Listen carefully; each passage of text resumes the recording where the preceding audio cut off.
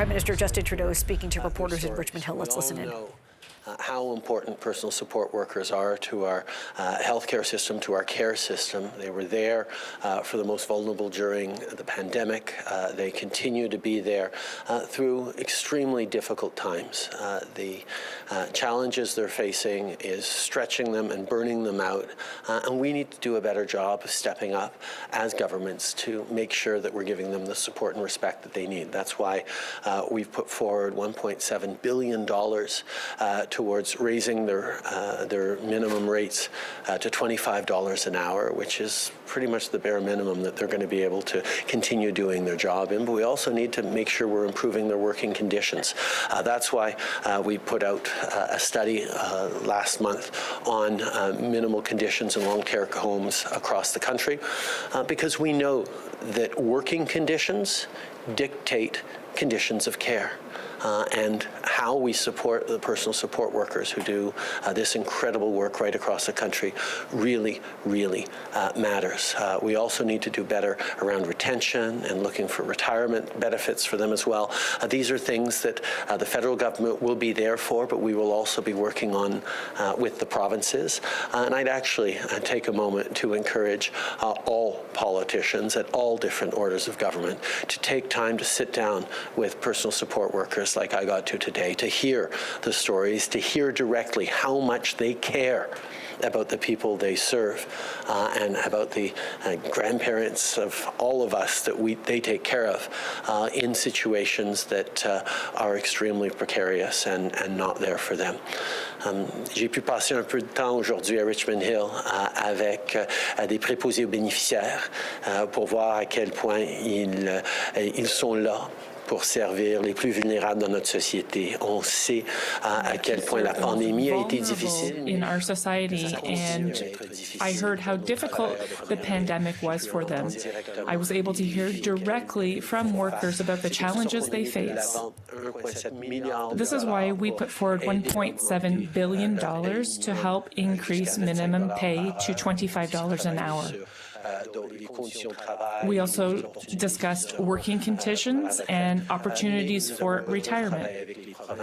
But we need to work with the provinces on this. So I encourage all premiers and all politicians at every level to sit down with personal support workers to understand exactly what they are facing in terms of challenges. We're talking a lot about healthcare because 2 weeks ago we put forward a plan for $198 billion of investment over the next 10 years in healthcare systems across this country, with a focus on making sure that we deliver altogether real results for Canadians in a public, universal healthcare system.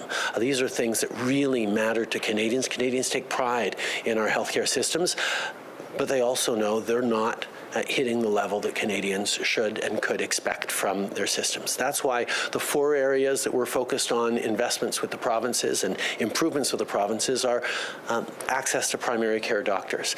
Canadians need access to primary care doctors to make sure they're having the right entry into our healthcare system, getting the primary support they need. That'll make huge changes and improvements in our system and the results for Canadians. We also need to do a better job of supporting and retaining and properly being there for the people who work in our healthcare systems. We need to do better around licensing and credential recognition. We need to do better around working conditions and support for people who are taking care of all of us at all levels within our healthcare systems. We need to do more, thirdly, on mental health, because we know that mental health is health.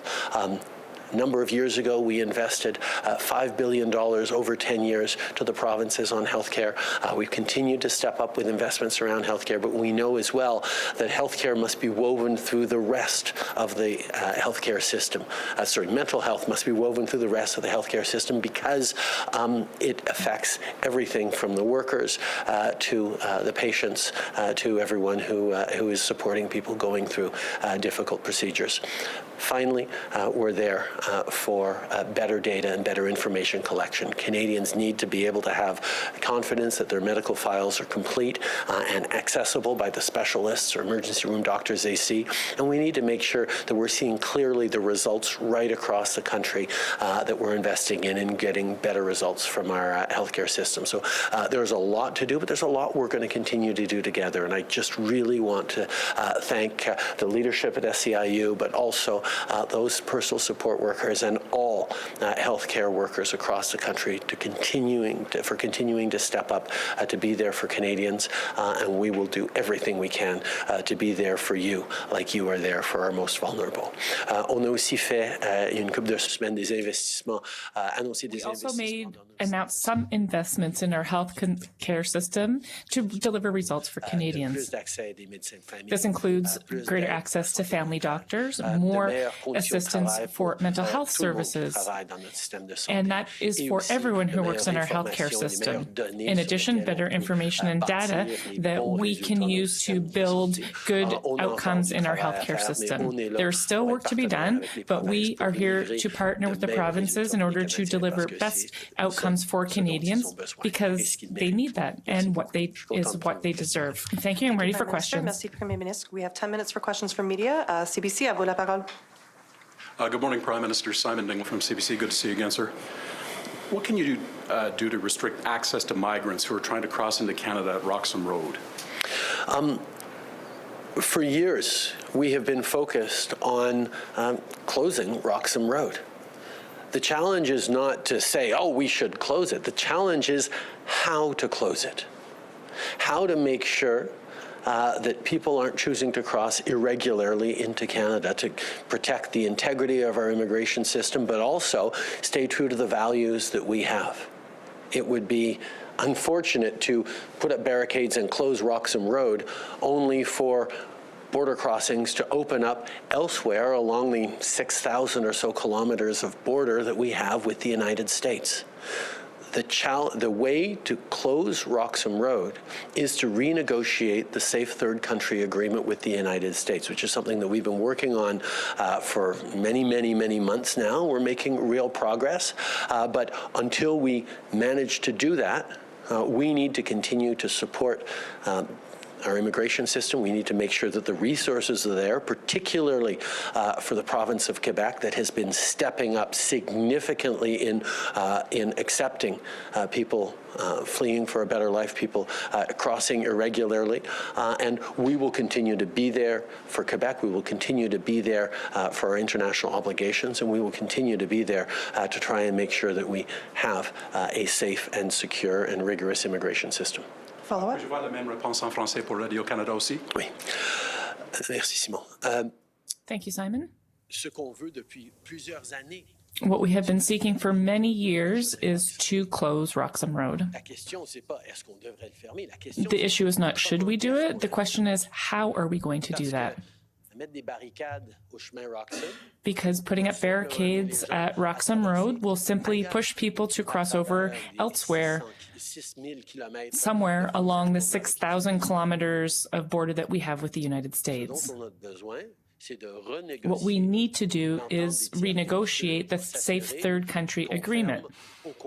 The aim is to ensure that we completely close off all possibilities for irregular crossings. We are working on that with the U.S., and we've been doing and talking about this for months and years. We are making progress. But until then, we need to continue to remain true to our values and our commitments towards immigrants. But we also need to continue to be there for Quebecers, who in particular have been extremely generous in welcoming and taking in all of these individuals who have crossed. We will continue to be there for the Quebec Emirate, and I understand that we need to do more. We all want to close Roxham Road, but there is no simple solution. It needs to be closed so that our border continues to remain protected, and that's what we'll continue to do. 70,000 migrants are expected to pass through Roxham Road, yet the Refugee Board's only able to handle about 25,000 per year. What's your government going to do to prevent the backlogs from getting even bigger and bigger? We have, over the past years, actually increased the numbers of processing capacity in Canada. We've increased the tools that the refugee boards have, the way that they can treat more cases, and we've actually added people to that. Canada remains a country that is not just welcome to immigrants and to refugees, but we need to continue to accept refugees and immigrants in this country as we see the shortage of workers for jobs that we have across the country. It leads to economic growth. It leads to more construction. It leads to more opportunities for Canadians. And Canadians remain one of the few countries in the world that is unequivocally in favor of immigration, and that is something that we have to protect, something that we have to support. So we are making those investments to make sure that everyone can continue to have support, have confidence in our immigration system. It's something we're continuing to work on. En français aussi, s'il vous plaît. Nous avons investi dans nos capacités de We've invested in our capacity to process refugee applications. We've increased the number of personnel, and we'll continue to do what is required. We know that Canada is very fortunate to be one of the countries in the world that is so welcoming to immigrants. Canadians know that people come here and create jobs, opportunities, and economic growth and make our country richer. But this must be done in a rigorous fashion and in an organized manner. That's why we need to continue to invest to ensure that we have the capability to process these refugees. Jessica Smith with the Canadian Press. Federal protocol says that there would be a public announcement from the Election Interference Task Force if they determined that an incident or an accumulation of incidents threatened Canada's ability to have a free and fair election. No such announcement was made, but now we're learning more details about those threats in bits and pieces. Why can't the task force share what they learned and why they came to this conclusion? And why should Canadians trust you when you say this interference didn't influence the outcome? I think taking a step back, let's understand that this is an extraordinarily serious issue. The issue of the integrity of our elections, the integrity of our democracies, is something that all democracies around the world are struggling with right now because we are seeing systematic attempts at interference by countries like China and Russia and others who want to destabilize. Okay, Prime Minister Justin Trudeau speaking in Richmond Hill about these concerns about interference in Canadian elections, specifically by China.